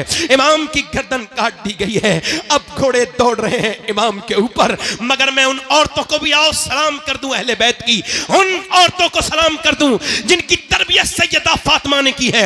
आओ सलाम करें उनको कि इधर घोड़े दौड़ रहे हैं लाशों पर, उधर सूरज डूब रहा है, पानी तो है नहीं उन औरतों के पास। उनके पास क्या है? करबला की ज़ैनब के पास सिर्फ मिट्टी है। मिट्टी से तयम्मुम करके ज़ैनब सजदे में चली गई, मिट्टी से तयम्मुम करके सकीना सजदे में है। मैं कहता हूं ऐसी भी कोई औरत नमाज पढ़ सकती है। उधर बेटों की हड्डियों पे जब घोड़े दौड़ते हैं तो चटाक चटाक की आवाजें आती हैं, उधर सजदे में औरतें नमाजें पढ़ रही हैं। ये कौन है? ये नबी के घर की औरतें हैं, ये नबी के घर की औरतें हैं जिन्होंने नमाज नहीं छोड़ी। ऐ लोगों, मौत करीब करीब है। ये तुम्हारी दुनिया, तुमको जाओ पोस्टमार्टम हाउस पे मुरादाबाद जाओ संभल के पोस्टमार्टम हाउस पे जाओ जाकर के देखो कितनी लाशें पड़ी हैं मेरी और आपकी तरह। उन्हें चीरने वाला नहीं है। वो चीरने वाले कहते हैं हमारे पास टाइम नहीं, कल चीरेंगे, और कल वो चीरते हैं शराब पी करके। अब अब तो ग्लैंडर चल गया है, पहले तो फाड़ते थे, अब ग्लैंडर से चीरते हैं, पूरा जिस्म फाड़ देते हैं। कौन सी दुनिया में लगे हुए हो, फाड़ देते हैं। हुजूर फरमाते जब मुर्दे का हाथ पकड़ता है ना गस्साल, तो मुर्दा कहता है आराम से उठा, तेरे उठाने से बड़ी तकलीफ होती है। जब हाथ उठाने से तकलीफ होती है तो बोलो। जब वो चीरते हैं और फिर सीते भी कैसे हैं, ऐसे करके बड़ी प्लास्टिक की रस्सी से चीरते हैं, पूरा ऐसे करके, तो उस वक्त कितनी तकलीफ होती होगी। मैं तो दिन रात सफर में रहता हूं, बार बार दुआ करता हूं, ऐ अल्लाह पोस्टमार्टम वाली मौत से बचा लेना मेरे मालिक। पोस्टमार्टम वाली मौत से, कैसी कब्रें तुम्हारे बाप दादे की कब्रें तुमसे कह रही हैं, उनका मरना तुम्हारे लिए काफी नहीं था। कब तक नौजवानों मोबाइलों पे अपनी जिंदगी बर्बाद कहते रहोगे? कब तक तुम गेम खेलने के लिए पैदा हुए थे? नहीं, तुम गेम खेलने के लिए नहीं, तुम तो मेरे नबी की आंखों की ठंडक हो, तुम तो मेरे हुजूर का प्यार हो। खुदा की कसम, तुम मेरे सरकार का प्यार हो, मेरे नबी का प्यार हो। तुमको पता नहीं नादानो कि तुम अपने घर में सोते रहते हो, मगर मेरे नबी आज भी अपने मजार में तुम्हारे लिए दुआ कर रहे हैं, आज भी दुआ कर रहे हैं। क्या बताओ, किससे दिल लगा लिया? आओ आकर के कहें रब हमको माफ कर दे, हम बड़े गुनहगार हैं, हमको माफ कर दे मौला, हम बड़े खतेकार हैं। आओ इस महफिल में आज कहें। एक आखिरी बात बयान करता हूं और बात को इन सारे बुजुर्गों उलमा के सामने खत्म करता हूं, बात को इनकी बरकतों से बात खत्म करता हूं। बात यह है, किफल नाम का लड़का था, हुजूर फरमाते हर रात नई लड़की बुलाता था, यानी एक नाइट एक लड़की, यानी वो नई लड़की बुलाता था, ढूंढवा के, इतने पैसे थे उसके पास, एक रात में एक लड़की की इज्जत खराब करता था। हुजूर फरमाते एक लड़की आई ना तो वो रोने लगी, इसने कहा पैसे नहीं दिए जो मेरी रात खराब कर रही है, मूड खराब कर रही, कहा पैसे तो मिले, कहा रोती क्यों है, कहा मैं इस वजह से रो रही हूं, मेरा बाप ना मरा होता मैं कभी ना आती। कहा क्यों, कहा मेरा बाप मर गया, मेरे बहन भाई भूखे हैं और मैं अल्लाह से डर रही हूं, मेरे मालिक मुझे माफ कर देना, मेरे बहन भाई भूखे ना होते तो कभी ना आती। कहा तू अल्लाह से डर रही है? कहा हाँ, मैं अपने अल्लाह से डर रही हूं, मेरा रब मुझे देख रहा है, जब मैं सजदे करती हूं तब भी देखता है, मैं तेरे घर पे इज्जत खराब कराने आई हूं तब भी अल्लाह देख रहा है। वो रो के बोली अल्लाह मुझे माफ कर देना, मैं भूख की वजह से ऐसा कर रही हूं। हुजूर फरमाते उस रोने वाली के दिल वजह से उसका दिल धुल गया। आंसू किसी के होते हैं और दिल किसी का धुल जाता है। वो रो के बोली मालिक, जब वो रोई ना तो अल्लाह ने किफल का दिल धो दिया। वो बोला मालिक जा, मैंने तुझे अपनी बहन बनाया, ले पैसे ले। उसने सारे पैसे दे दिए, नहीं 10 लाख रुपए उसको दे दिया, वो तो चली गई। ये सजदे में गिर के बोला मालिक एक बार आई थी, हाथ भी नहीं लगाया, इतना रोई थी, मैं तो पूरी जिंदगी का पापी हूं, कितनी रातें खराब कर दी मैंने मेरे रब। मैं जानता हूं कि मैं बेकार हूं, मगर तुझे तो पता है ना कि मैं गलत रास्ते पर हूं। ठीक है कोई बात नहीं, मैं नादान हूं, मगर तू करीम है, मुझे माफ कर दे। अगर मेरे जैसा गुनहगार कोई नहीं तो तेरे जैसा करीम कोई नहीं। ऐ मेरे रब, मेरी सांसें मौत की तरफ मुझे लेके जा रही हैं। ऐ बेपनाह ताकतों वाले, अगर मेरे जैसा गुनहगार कोई नहीं तो तेरे जैसा करीम भी कोई नहीं। ऐ रब, मैं गुनहगार बड़ा हूं, ऐसा रोया। हुजूर फरमाते अटैक हो गया, दिल का दौरा पड़ गया। कोई बंदा तेरे दर पे जो आंसू रोल देता है, मेरे मौला दरे तौबा तू उस पर खोल देता है। मर गया, सुबह को कोई जनाजा उठाने वाला नहीं आया। इसका जनाजा उठाएंगे बदकार का, खराब इंसान का, पापी का, कोई नहीं आया। अल्लाह ने फरिश्तों को भेजा। दोपहर के वक्त में इसके दरवाजे पे बड़े बड़े जली लफ्जों में लिख के गए फरिश्ते, इन्नल्लाह कद गफर लिल किफले, ये जो किफल है ना इसे अल्लाह ने बख्श दिया है, इसको बख्श दिया है। पूछा ऐ अल्लाह क्यों बख्श दिया? का वो रो दिया था। अल्लाह फरमाता है मेरे महबूब मेरे बंदों से कह दे कि जब ये रोता है ना तन्हाई में और इसका जब एक आंसू ढलक के गाल तक आता है, मैं सारे गुनाह उसी वक्त माफ कर देता हूं, सारे गुनाह माफ कर देता हूं। आओ इस महफिल में तौबा कर लें। तब बताओ जरा, अपनी हाथ उठा के बताओ, दोनों हाथ उठा के हाथ बताओ, उठाओ, कौन कौन इमाम हुसैन के नाम पे गर्दन कड़ा देगा? नीचे हाथ कर लें। एक दूसरे की तरफ ना देखना, मुस्कुराना नहीं, जरा थोड़ा सा काम है। मैं किसी को वो नहीं दे सकता तौफीक, मगर फिर भी वो नौजवान चाहता हूं जो हुजूर के नाम पे गर्दन कड़ा देंगे। दोनों हाथ उठा के बताएं, नीचे हाथ कर लें। जो गर्दन कड़ा सकता है कुछ भी कर सकता है, कुछ भी कर सकता है ना। एक दूसरे की तरफ न देखना, मुस्कुराना नहीं। कितने लोग ऐसे हैं जो गर्दन भी कटा देंगे और आज से हुजूर के नाम पे पूरी दाढ़ी भी रखा लेंगे। इस महफिल में खड़े हो जाएं, बस वो नौजवान खड़े हो जाएं इस महफिल में, जो आज से नबी के नाम पे दाढ़ी रखाएं, बस वही खड़े हो सोच समझ के, जो आज से अपनी जिंदगियां बदलें। कोई मदरसे का बच्चा खड़ा ना हो, तालिबे इल्म उनके निसाब में होता है, बाकी खड़े रहे। आप खड़े रहो भाई, खड़े रहें। और कोई आशिक रसूल है इस महफिल रसूल में 100 शहीदों का सवाब, हर नबी के दाढ़ी, हर वली के दाढ़ी। ये वही शरीयत है जिसे हुसैन ने बचाया था। ऊपर हाथ कर लें, दाढ़ी रखाने वाले ऊपर हाथ कर लें, मेरे साथ कहें इंशाअल्लाह आज के बाद न दाढ़ी कटेगी न मुड़ेगी इंशाअल्लाह। बैठ जाएं। हुजूर की आंखों की ठंडक क्या है बोलो? कितने लोग हैं जो आज से इरादा करते हैं हुसैन इब्न अली की कसम खाओ आज से तुम्हारी जानें जाएंगी मगर नमाज कदा नहीं होगी। दोनों हाथ उठा के इंशाअल्लाह, नमाज की पाबंदी इंशाअल्लाह, दोनों हाथ उठा के इंशाअल्लाह नमाज पढ़ेंगे इंशाअल्लाह, अपनी बहन बेटी को पर्दा कराएंगे इंशाअल्लाह, हमेशा मसलके आला हजरत पे कायम रहेंगे इंशाअल्लाह। इंशाअल्लाह अपनी बहन बेटी को पर्दा कराओ और हजरात मोहतरम आज से अपनी जिंदगियों में तब्दीली लाओ, कुछ सीखो, कुछ बदलो और माना कि इस चमन को गुलजार न कर सके हम, कुछ खार कम तो कर गए, गुजरे जिधर से हम और जुल्म और शिकवे जुल्मते शब से तो कहीं बेहतर था, अपने हिस्से की कोई शम्मा जलाते जाते, राब्ते तोड़ गया वो सारे आते जाते, वरना इतने तो मरासिम थे कि आते जाते। अल्लाह आप हम सबको सलामत रखे। तौबा कर लें, अस्तगफिरुल्लाह रब्बी मिन कुल्लि ज़म्बिन व अतूबु इलैह, ला इलाहा इल्लल्लाह मुहम्मद रसूलुल्लाह। मेरी जिंदगी का मकसद तेरे दीन की सरफराजी, मैं इसीलिए मुसलमान, मैं इसलिए नमाजी, इस्लाम जिंदाबाद, मसलके आला हजरत पाइंदाबाद। आखिर में दुआ गूँ अल्लाह हम सब के माँ बाप को बख्शे, बिलखुसूस हाजी इरफान साहब, उनकी अहलिया को और हमारे इनके ख़ानदान से जितने लोग गए हैं उन सब की मग़फ़िरत फरमाए। अभी मुजस्सम भाई की वालदा का करीब में इंतकाल हुआ, अल्लाह उनकी मग़फ़िरत फरमाए, उनके दर्जात को बुलंद करे। अल्लाह मेरी वालदा को शिफा दे, वो बीमार हैं, आप में जो भी इंशाल्लाह बाद में दुआ होगी। आप बैठें, अब शब्बीर बरकाती साहब पढ़ेंगे और मैं आसिफ भाई से गुजारिश करता हूँ कि कुछ अशार आप अच्छे से सुनाएं और मुझसे कोई गलती हो गई हो तो ज़रा थोड़ा सा ये तरीका ऐसे अपनाना पड़ता है, थोड़ा ज़ोर से बोलना पड़ता है शुरू में, माफ़ कीजिएगा कोई गलती हो गई हो, मैं आपका खादिम हूँ, खिदमत करने वाला है, नौकर से गलती हो जाए तो मालिकों को माफ़ कर देना चाहिए। अस्तगफिरुल्लाह रब्बी मिन कुल्लि ज़म्बिन व अतूबु इलैह। पढ़ लीजिए ला इलाहा इल्लल्लाहु मुहम्मद रसूलुल्लाह। मेरी ज़िंदगी का मकसद तेरे दीन की सरफराजी, मैं इसीलिए मुसलमान, मैं इसीलिए नमाजी, इस्लाम जिंदाबाद, मसलके आला हजरत पाइंदाबाद। व युतइमून अत-तआम अला हुब्बिही मिस्कीनन व यतीमन व असीरा। सदक़ल्लाहुल अज़ीम। तमाशाइयो चुन के रख लो इसे।